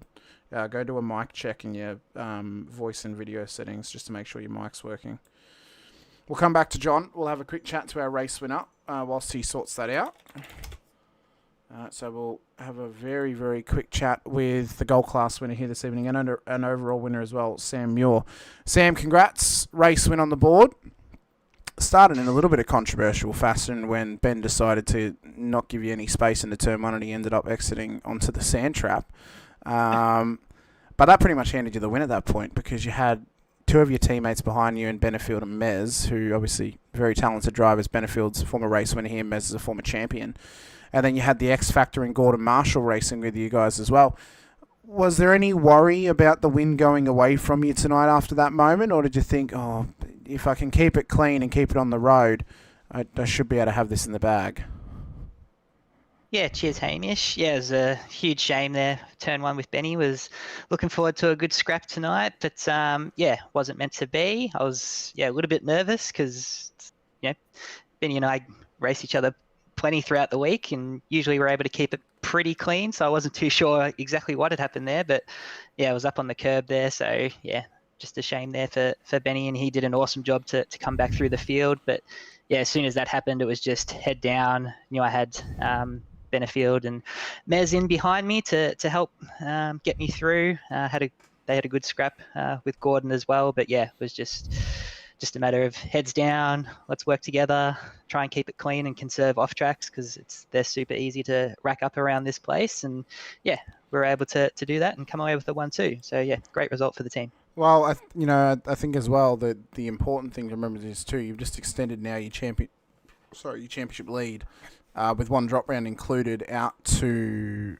865 points is now your total points after one drop round. And your gap over Ben's been extended by another 40 points. So, realistically speaking, you've gained quite significantly because, to get those extra 40 points, it's now put it out to 55 points is now the gap between the two of you. With Benefield in P2, he's now snuck his way up there as well.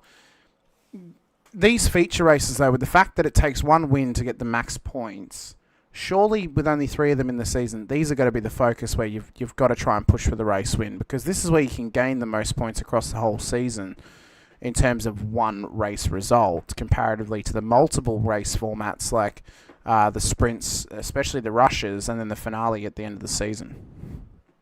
Yeah. You knocked the nail right on the head. These feature races are, the ones that you want to be winning.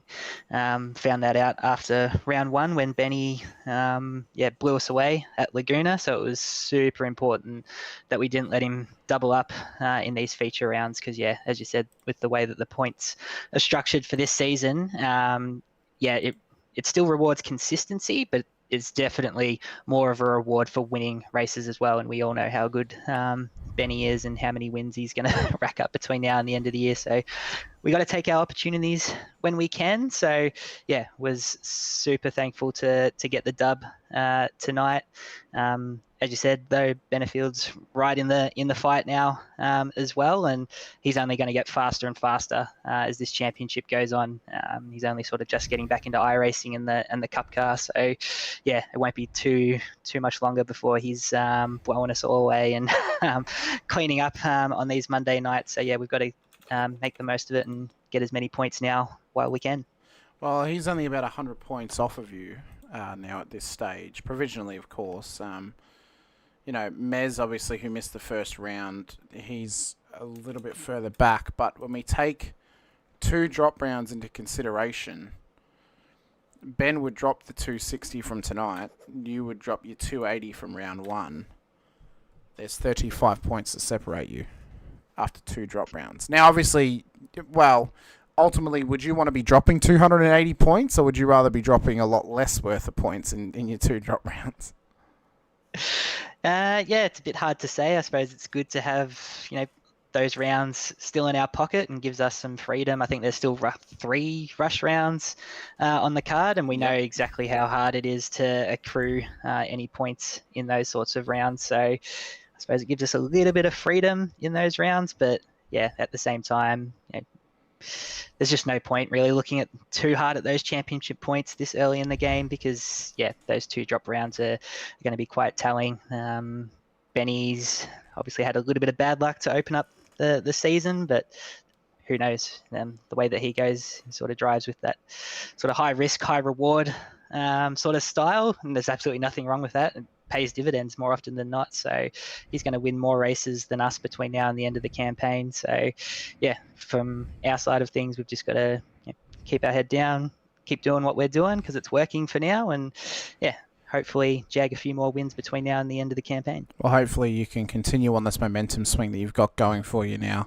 Continue to keep this, championship fight going for as long as you possibly can. I might have to offer some bonus points to get people racing at Bathurst on a Saturday in a few weeks' time. Maybe I'll offer up 5 bonus points if people actually show up for the race, because we want to be at it. We want people to race, and I know it's a different day than what we usually do, but it's a pretty rare and special event that those guys would be able to race that sort of event. So maybe we'll offer that up to all the drivers. I don't know, but still. Sam, a fantastic effort from yourself, though. 300 points on the board, maximum here at Road America. Let us know who helps get you out on track. Anyone else you want to give a shout out to as well? For myself and the rest of the league, congratulations on the race win, and best of luck next week out at Montreal. Yeah, cheers, mate. Massive shout out to everyone at IRWC for the awesome job that you guys are doing. This league, we're a little bit down on numbers, I suppose, this campaign compared to last, but I suppose it's sort of to be expected at this time of year. There's lots of enduros and that sort of thing going on, and people focusing on other things, which is fair enough, but still got a really strong contingent of drivers, which is awesome. Massive thanks to everyone at 9.5, especially Dan. Well done to him on the P2 tonight, and for Mez and for Craig for racing with us, and to the sponsors, Racecraft, RSW Graphics, Track School Track Days, and Racing Ears. Thanks for all the support. Cheers, guys. Thank you so much, Sam. Sam, you're our race winner here this evening, as well as the Gold Class winner as well. Championship leader extends his championship lead going into next week out at Montreal. Right, let's see if John has managed to fix up his microphone. Mr. Akers, have we got your voice this time, good sir?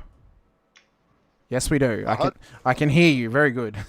Okay, cool. All right. Thank you very much. I reiterate my question I asked you earlier about seeing Dean come up on Gary with wet tyres and exit stage left at turn 14. Yeah, well, like I was saying, I tried to say before, we didn't even know that was for the lead at that stage, because last time I looked, Ali was some 11 or 12 seconds up the road. Look, Dino was just unlucky, got a bit wrong-footed there and got out of shape, and that was that. But I was about to tell him over our Discord that not to stress, I wasn't going to push it and kill him anyway. But just damned unlucky. And to get the win, mate, I'm surprised. Well, I don't know if you noticed or realised why you got it. Ellie actually had a black flag and tried to commit to it on the last lap. And because the timing line is before the exit of the pit lane, she did the drive-through for nothing. She should have just crossed the line, because she actually gave up time driving through pit lane. So she still would have dropped time to below you guys, but she probably actually gave up more positions than what she needed to, but still. Talk us through, though. You've been upgraded now to silver class from bronze. I'm sure Brenton O'Brien will be having my neck for that, because he predicted you to win the bronze championship this season. What was the thoughts, though, when you saw that yourself and Dean were put up to the next class above? I know that Dean probably had a little bit of expectation to go up based on where he was in the championship, but did you have any expectations of that, or did you have any thoughts around that, or you didn't really mind? No, look, I was honestly surprised to be put in bronze in the first place, I thought. But, I mean, Dino and I, no matter what league, we're like within tenths all the time. So if all the talk was about him going up, I was sort of pretty well aware that I'd be going as well. But, look, it's awesome. We love the challenge. Well, that's what we want to put forward to drivers, is to have a good challenge, but also make it challenging still for the other drivers out there as well. But John, a massive effort from yourself and your team tonight too. A lot of points on the board for you guys as a whole unit, but also for yourself, obviously winning the silver class race this evening. But let us know anyone you want to give a shout out to for myself and the rest of the league. Congratulations on the silver class race win and the top 10 finish as well. And best of luck next week out at Montreal. Yeah, thanks, Hamish. Obviously to you guys for putting this on, the right squad, because the camaraderie and the testing and driving and input we get from all the drivers is fantastic. Obviously the guys that sponsor us, so you've got like V8 Drive Day, Grange Automotive in Perth, Sim Racing in Focus, which is obviously Dino's podcast, 3D Print Racer and so forth. Thanks again, guys. See you next week. Thank you so much. John Akers, the silver class winner here this evening, ladies and gentlemen. And a big thank you to everyone who joined us across the night as well. We appreciate everyone's time that they've taken out of their lives to be with us here this evening on the IRWC VRS Porsche Cup Series. A massive thank you once again, and a little request to hit that like button, to subscribe, the bell icon too, so you're notified whenever we go racing on the channel if you haven't done so already. Coming up this week, as I mentioned, we've got the next round of the IRWC Rodknock Cup coming up on Friday night, 7:50 p.m. Australian Eastern Standard Time as we go racing out at Pocono. Saturday night, 8:30 p.m. Australian Eastern Daylight Savings Time, we go racing for the Racecraft Simulations V8 Veterans Split 2 action of Season 25 for Round 4 out at Autodromo Internacional Algarve. And then we're back Monday night, once again, same time, same place, 7:50 p.m. as we go racing around the wonderful and luxurious Circuit de Gilles Villeneuve out at Montreal, one of my favourite racing circuits in the whole world, as we go rush racing once again. But I've been Hamish Munro. This has been the IRWC VRS Porsche Cup Series. A massive thank you to all the series sponsors, including VRS, Infinity Broadcasting, SPP Graphics, and Blackheart Designs. We'll see you guys next time. But until then, stay safe, drive hard, and as always, bye for now.